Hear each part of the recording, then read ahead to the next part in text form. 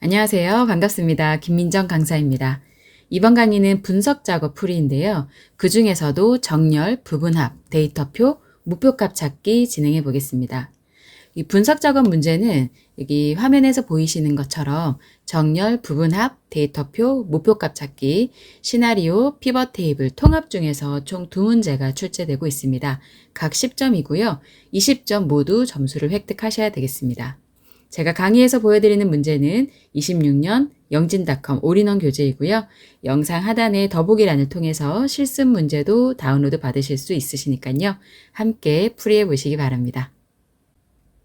자, 우선 정렬 문제입니다. 정렬은 자주 출제되는 유형은 아니지만 방법은 꼭 알고 계셔야 되겠습니다.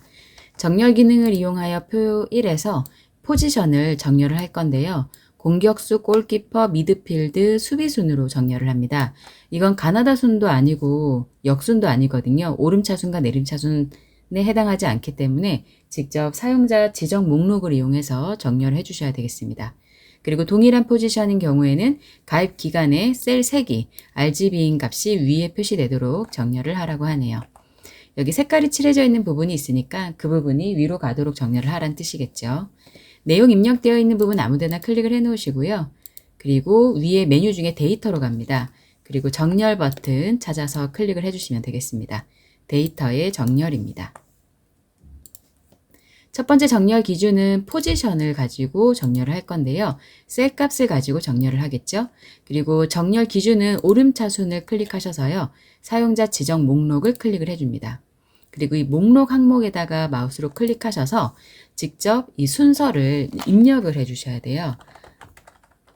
공격수 쓰고 엔터, 미드필드 쓰고 엔터, 중간에 골키퍼가 있네요. 골키퍼 쓰고 엔터, 미드필드 쓰고 엔터, 수비수 쓰고 엔터 하겠습니다. 그리고 추가 버튼 눌러주시면 내가 방금 입력했던 공격수, 골키퍼, 미드필드, 수비수 순으로 목록이 만들어졌고요. 확인 버튼 눌러주시면 그 순서대로 정렬이 되겠다. 한 가지 더 기준 추가 버튼 클릭해서요. 이번에 기준은 아까 문제에서 잠깐 창을 빼볼게요. 가입 기간이네요. 가입 기간이 그리고 정렬 기준은 셀의 색이 셀 색이 없음이 아니라 화살표를 클릭하셔서 이 RGB에 해당하는 이 색상을 선택을 해주시면 되겠습니다. 그리고 이 색상이 위에 표시되도록 하라. 그대로 작업을 하시면 되겠네요. 확인 버튼 눌러보시면은요. 우선 포지션이 공격수, 골키퍼, 미드필드, 수비수 순으로 정렬이 됐고요. 같은 포지션이라면 이 색깔 컬러가 있는 부분이 위쪽으로 올라가게끔 정렬이 되었습니다. 자, 다음은 부분합입니다. 여러분들 함께 실습하실 때에는요. 영진닷컴 사이트에서 실습 예제 파일 받으셔서요. 이론 폴더에 있는 분석 작업 파일 불러와서 작업하시면 되고요. 하단에 시트가 다 나뉘어져 있기 때문에 작업하기 편하실 겁니다. 그리고 결과 시트도 있어서요. 답안도 비교하시면서 작업하실 수 있습니다. 자, 문제를 볼게요. 부분합 기능을 이용하여 소양 인증 포인트 현황표에 그림과 같이 학과별 합계의 최소값을 계산하고요. 그 다음에는 기본 영역 인성 봉사 교육 훈련의 평균을 또 계산을 할 겁니다. 부분합 계산하실 때는 항상 정렬을 먼저 해주셔야 되죠. 학과를 기준으로 해서 오름차순 처리할 거고요. 최소값과 평균은 위에 명시된 순서대로 이 순서대로 작업하시면 됩니다. 기본 영역의 평균 소수 자릿수는 소수점 2하 1자리로 할 거고요. 부분합 결과에 파랑 표 스타일 보통 2번으로 서식 적용까지 진행해 보겠습니다. 자, 먼저 정렬을 해야 됩니다. 학과를 기준으로 오름차순 정렬하라고 했으니까요. 여러분들 이 학과가 있는 A3셀을 클릭을 해 놓으시고요. 필드명만 클릭하시면 됩니다. 그리고 데이터 메뉴에서 오름차순이라고 했으니까요. 기역부터 희응까지 가나다 순이라고 볼 수 있죠. 기역, 니은, 디귿, 리을 순으로 정렬하는 오름차순 버튼 한 번만 클릭해 주시면 되겠습니다. 그럼 자동으로 정렬이 됐어요. 자, 그리고 이제 부분합 계산을 해보겠습니다. 데이터 메뉴의 오른쪽 끝에 있습니다. 부분합입니다. 클릭해 주시고요. 우선 그룹할 항목은 내가 방금 정렬해 준 항목이거든요. 학과를 기준으로 정렬을 했으니까 그룹할 항목 역시 학과이고요. 학과별 합계의 최소값을 구하라고 했으니까 사용할 함수는 최소입니다. 그리고 합계 체크가 되어 있네요. 확인 버튼 눌러주시면 되는 거고요. 다시 한번 하겠습니다. 부분합 들어가셔서요. 합과 그룹화 하는 것은 그대로 두고요. 사용할 함수는 이번에는 기본 영역, 인성봉사, 교육훈련의 평균을 구하라고 했으니까 사용할 함수는 평균, 그리고 부분합을 계산할 항목은 기본 영역, 인성봉사, 교육훈련만 체크를 해주고요. 아까 앞서서 계산했었던 합계는 체크를 빼주셔야 됩니다. 자, 이번에는 두 번째 부분합을 계산하는 거기 때문에 두 번째 부분합에서는 새로운 값으로 대치해 체크를 빼고 확인 버튼을 눌러주셔야 되겠죠. 자, 그리고 이번에는요, 기본 영역의 평균 소수 자릿수는 소수점 이하 한 자리로 하라고 했거든요. 자, 여기 셀의 너비를 좀 넓혀 볼게요. A를 좀 넓혔습니다. A와 B 사이를 이 선을 더블 클릭하시면 열의 너비 조정을 하실 수가 있죠. 여기에서요, 기본 영역의 평균 소수 자릿수, 기본 영역의 평균 소수 자리, 여기 한 자리로 하라는 거거든요. 우선 첫 번째 셀을 클릭을 해 놓으시고 컨트롤 키 누르신 상태에서 91.666, 89.444도 클릭을 해서 한 번에 선택을 해줍니다.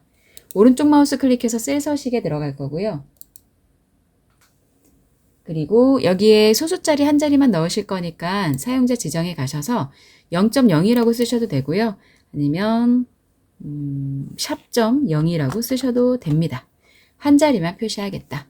샵은 정수 있는 부분 표시해 주는 거고요. 0은 소수자리 한 자리를 의미를 하는 거겠죠. 만약에 0일 때 그냥 0.0이라고 표시를 한다면 0.0으로 쓰셔도 모두 정답 처리됩니다. 거기에 대한 조건은 없으니까요. 확인 버튼 눌러주시면 됩니다. 셀 서식을 이용을 했고요. 간편하게 홈에서 소수 자릿수 늘리고 줄이는 걸로 하셔도 결과는 동일합니다.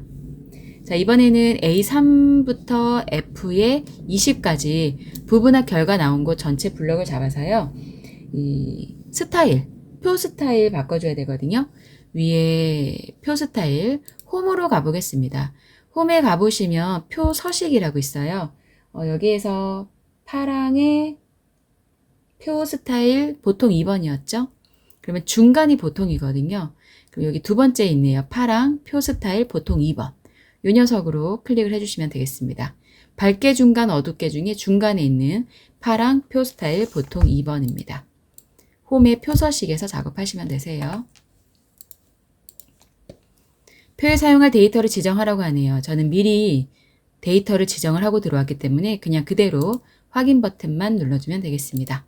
자, 이렇게 하시면 부분합도 계산이 됐고요. 부분합은 반드시 정렬을 먼저 하고 그룹화할 항목 역시 정렬한 필드명이 되어야 된다. 그 다음에는 순서대로 작업을 해주시면 되겠습니다.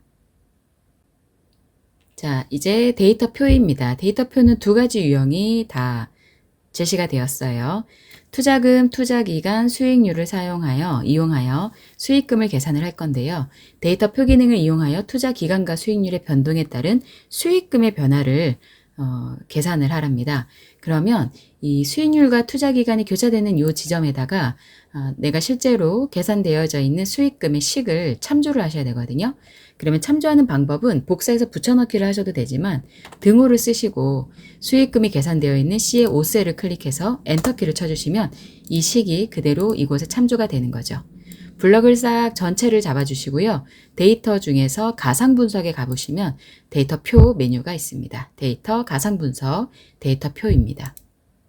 자, 여기에서 행 입력셀과 열 입력셀을 제일 헷갈려들 하세요. 이 방법만 확실히 아시면 데이터표는 1분도 안 걸려서 금방 해결하실 수 있습니다. 행 입력셀이라고 하면요. 가로로 입력되어 있는 이 값을 의미한다고 보시면 되세요. 그러면 현재는 수익률이잖아요. 그러면 수익률에 해당하는 값, 요 계산식, 이걸 또 참조를 해오면 되거든요. 그러면 행 입력셀은 수익률이 입력되어 있는 C의 4셀을 클릭을 해주시면 되겠고요. 다시 한번 열 입력셀은 세로로, 열의 형태로 변화되고 있는 투자 기간입니다. 그럼 투자 기간은 C의 3셀에 있네요. C의 3셀을 클릭하고 확인 버튼 눌러주시면 결과가 나온다는 거죠. 자, 데이터표 2번을 해볼 건데요. 이번에는 열밖에 없습니다. 이 세로의 형태로, 열의 형태로 표시되고 있는 것은 이자율밖에 없습니다. 대출금 연이율 상환 기간을 이용을 해서요. 상환 금액을 계산을 했대요. 데이터표 기능을 이용을 해서요. 이자율 변동에 따른 상한 금액을 계산을 할 겁니다.